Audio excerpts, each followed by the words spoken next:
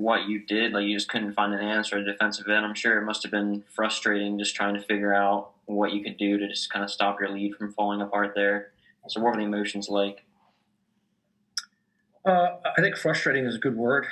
We were trying to throw different schemes at Kofi. We just thrown different bodies at him. The thing that was probably the most frustrating part is I think we got out toughened today. I don't think we did. We got out toughened today. I thought we started the game as the aggressor. We started the game beating them on 50-50s and out rebounding them, out scrapping them, and then we lost it. And that's where we got to get more consistent as a team. You can't have two of their stars. They have two stars, and they both had big nights. That can't happen. And we allowed it to happen. I thought it was all in all the toughest stuff. Rebounding the basketball, playing without fouling, really put us in a hole. Roy Geiger, you have the next question. Mark Brennan, you're on deck. Jim, you're up 16-2 in 4 minutes, and they outscored you by 31 points the rest of the way. We saw this against Seton Hall as well with a huge lead. Are you finding any common traits in these games when you get up so big early that these teams are able to come back on you? Well, I think it's consistency. I think it's continuing to play the way that we're playing. I think we're letting our foot off the gas, and certainly it's on the defensive side of the ball tonight. And that's why I talk about the inconsistency. So you can, at Michigan offensively, we were poor. We started the game poorly, and we didn't play well offensively, but we really defended. Tonight we play well offensively, but we don't defend. We don't defend with the collective toughness and the collective discipline that we've shown we can do. And we're going to have to get consistent to win in this league. Everybody's just too good. You can't just play 20 minutes. You got to play all 40, and we haven't done that yet.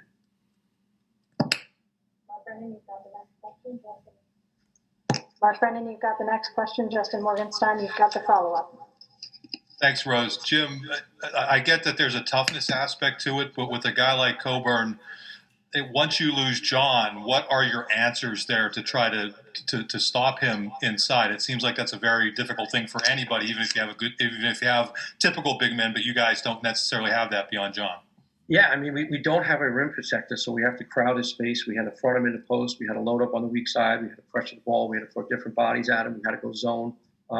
So there's a multitude of things that we had to do and multiple things that we did.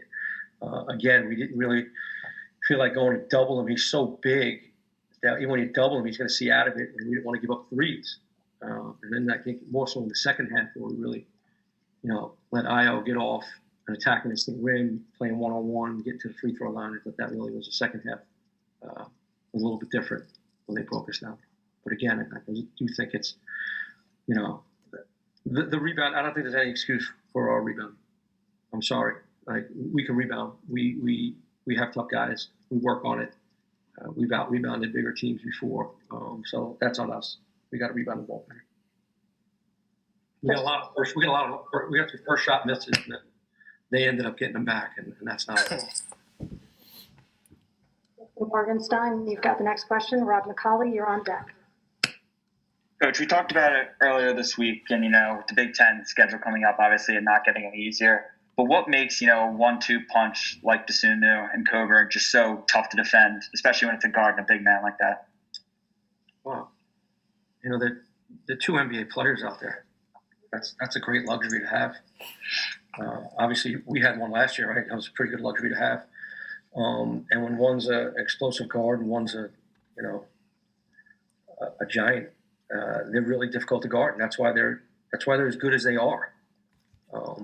But again, I just felt like if we would have done some of the little things, we put ourselves in a situation to win this basketball game. And I mean, the little things is guarding one-on-one and rebounding the basketball. I mean, we made the same amount of shots. We made 2 more threes than they did, and we got crushed on the glass and we got crushed from the fouling. I mean, what did we take? 7 free throws. They took 28. You got to play without fouling. You got to rebound the basketball. It's really, to me, that game comes down to it's really simple stuff. Jim, McCauley, you've got the next question. Nate Bauer, you're on deck. Thanks, Rose. Jim, it seemed like your scouting report worked out pretty well in the early going, where you correctly identified that Illinois hadn't quite figured out what they want to do with switching ball screens. Did that help? Did that change after that? I mean, we attacked their ball screens. They made some adjustments. They started icing us. We attacked it. Again, in this game, I don't think it was really offense. The Michigan game was our offense. We shot great. We shot 53% from the field. We got to make more threes in a game like this. I don't think their defense bothered us as much as our defense bothered us. And the other thing that I noticed early going, you were pretty good at flustering Coburn. And it seemed after halftime, he learned to keep the ball up.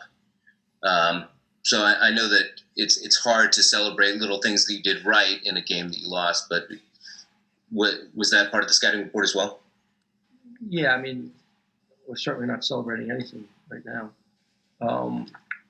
The first half, I thought he hurt us as well. We tried to keep more balance, but what did Coburn have there? I mean, he was hurting us in there too. We tried to get more balance. It was really about, us trying to meet him early, let him get too deep a position. If you let a guy that big get that deep a position, you got to front him in the post. You got to pressure the ball. You got to load on the weak side. And I thought we allowed him to get too deep a position at certain times when we started getting it going. And again, I still think it came down to rebound the basketball guys. Yeah. Okay. Thanks, Coach. Thanks, Rose. Thanks, Ron. Nate Bauer, you've got the next question. And Tanya Moose, you'll finish this up for this session with interim head coach Jim Ferry. Hey, Jim. Sorry for belaboring the point, but just to put a finer point on it, did you feel like that was effort? I guess on that end, or were you out of position? Like, what was the balance there? Yeah, I don't think it was effort. Our guys played hard, man. Especially Big Johnny. That's what TV did a really, Trent Buttrick did a really good job. It's when he gets to your body, and they put us in. So they were trying to put some ball screen action, roll them. So we got to deal with their ball screen first and roll back to them. Guards got to meet them and step up the line. So I don't think it was effort. I thought they became a little bit more aggressive. They started going inside to pound it inside, and we just didn't meet them. We let them get too deep, and we weren't able to keep them off balance like we did a little bit earlier.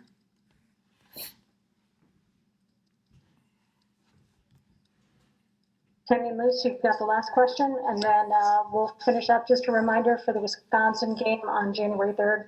We still do not have a tip time on that, but please make sure you get your credential request in.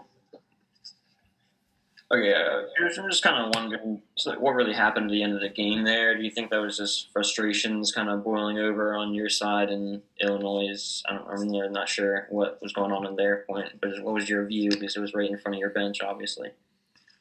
Two competitive kids.